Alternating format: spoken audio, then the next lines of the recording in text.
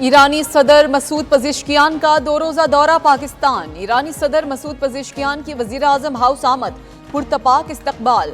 وزیر اعظم نے معزز مہمان کو خوش آمدید کہا۔ ایرانی صدر کو گارڈ آف آنر پیش کیا گیا۔ صدر مسعود پزشکیان نے وزیر اعظم ہاؤس میں پودا لگایا۔ وزیر اعظم شہباز شریف سے ایرانی صدر کی ملاقات۔ پاک ایران باہمی تعلقات کو مزید مستحکم کرنے پر بات چیت۔ علاقائی سلامتی اور مشرق وسطی کی صورتحال پر تفصیلی تبادلہ خیال۔ ایرانی صدر نے ایران اسرائیل جنگ کے دوران پاکستان کی دو ٹوک حمایت پر پاکستانی قیادت اور عوام کا شکریہ ادا کیا۔ ایرانی صدر کے اعزاز میں ظہرانہ بھی دیا جائے گا۔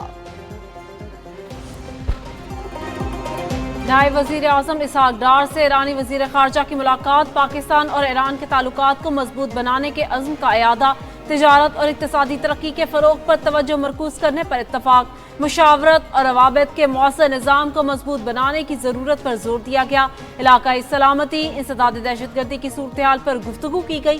فریقین کا دفاعی تعاون بڑھانے کے طریقوں پر تبادلہ خیال۔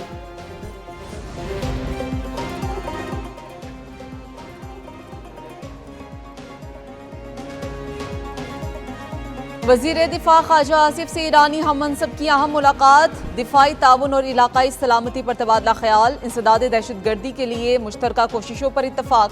ایرانی وزیر دفاع کا پاکستان کی میزبانی پر اظہار تشکر۔ دونوں وزراء کا خطے میں امن کے لیے مل کر کام جاری رکھنے کا عزم۔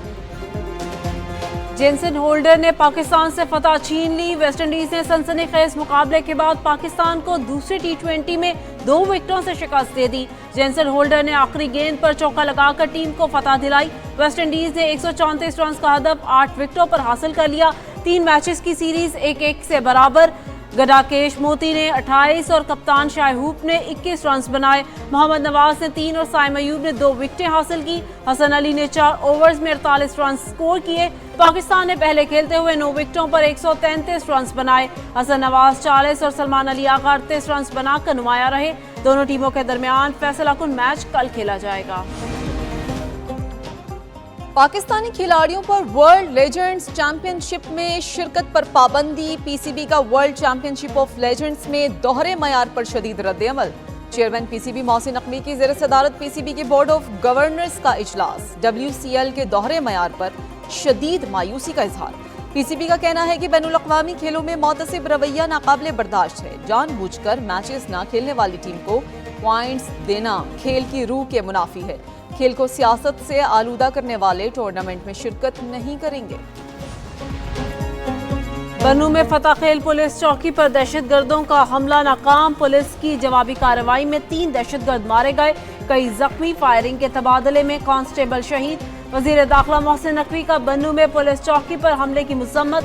محسن نقوی کا شہید اہلکار کو خراج عقیدت۔ ورثاء سے اظہار تعزیت۔ کہا 2 بھارتی اسپانسر دہشت گردوں کو جہنم واصل کرنے والے پر پولیس کو خراج تحسین پیش کرتے ہیں۔ پولیس نے بھارتی حمایت یافتہ دہشت گردوں کا بہادری سے مقابلہ کیا۔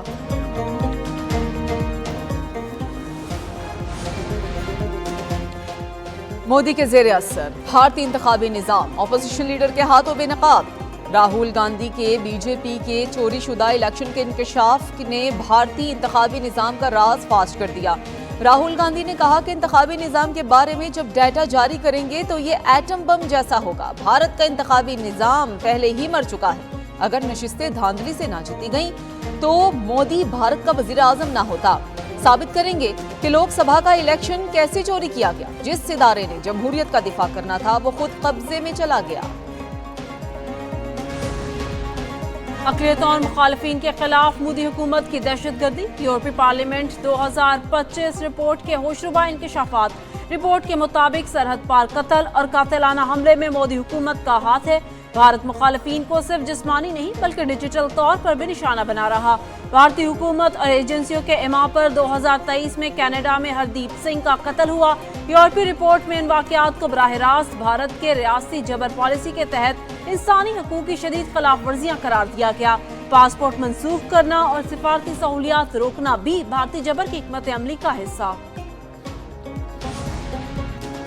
پاکستان اور امریکہ کے درمیان تجارتی معاہدہ اقتصادی تعاون کے نئے دور کا آغاز۔ پاکستان کی سب سے بڑی آئل ریفائننگ کمپنی کا امریکی کمپنی سے معاہدہ طے پا گیا۔ معاہدے کے تحت پاکستانی مصنوعات کی امریکی منڈیوں تک رسائی ممکن ہوگی۔ معاہدے کا بنیادی مقصد سرمایہ کاری کا فروغ اور باہمی دلچسپی کے شعبوں میں تعاون کو آگے بڑھانا ہے۔ اس کے تحت امریکی منڈیوں میں پاکستانی برآمدات پر عائد محصولات میں کمی آئے گی۔ پاکستانی کمپنی کی یومیہ ریفائنری پروسیسنگ صلاحیت 1,56,000 بیرل ہے۔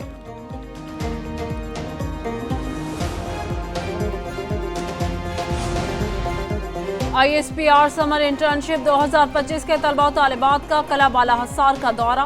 طلباء و طالبات کو بالا حصار کی تاریخ اور FC خیبر پختونخوا نارتھ کی خدمات پر بریفنگ۔ فرنٹیئر کور حکام نے امن و ترقی سے متعلق سوالات سے تفصیلی جوابات دیے۔ طلباء و طالبات نے پاک فوج اور FC کے شہداء اور غازیوں کو خراج تحسین پیش کیا۔ بالا حصار میوزیم میں طلباء کی تاریخی اور ثقافتی گیلری میں گہری دلچسپی۔ طلباء و طالبات نے دورے کو معلوماتی اور مفید قرار دیا۔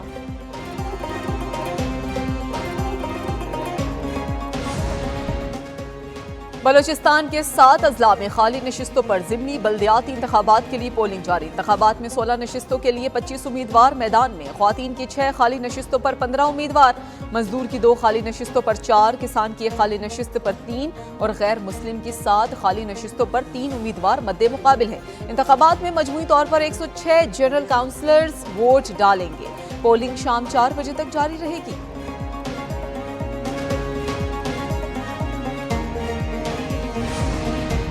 ملک بھر میں کل سے گرج چمک کے ساتھ بارشوں کی پیشگوئی۔ اسلام آباد، پنجاب، KP میں 4 سے 7 اگست تک بارشیں متوقع۔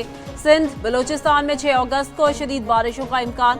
شدید بارشوں سے نشیبی علاقے زیر آب آنے کا خدشہ، شہریوں کو احتیاط برتنے کی ہدایت۔ پنجاب میں مانسون کے چھٹے سپیل کا الرٹ جاری۔ دریائے سندھ میں کالا باغ، چشمہ اور تونسا کے مقام پر نچلے درجے کا سیلاب۔ دریائے چناب میں خانکی کے مقام پر نچلے درجے کا سیلاب ہے۔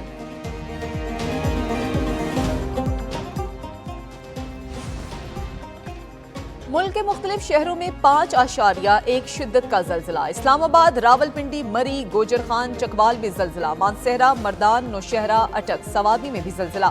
زلزلے کے جھٹکے لاہور، گجرانوالہ، مظفرآباد میں بھی محسوس کیے گئے۔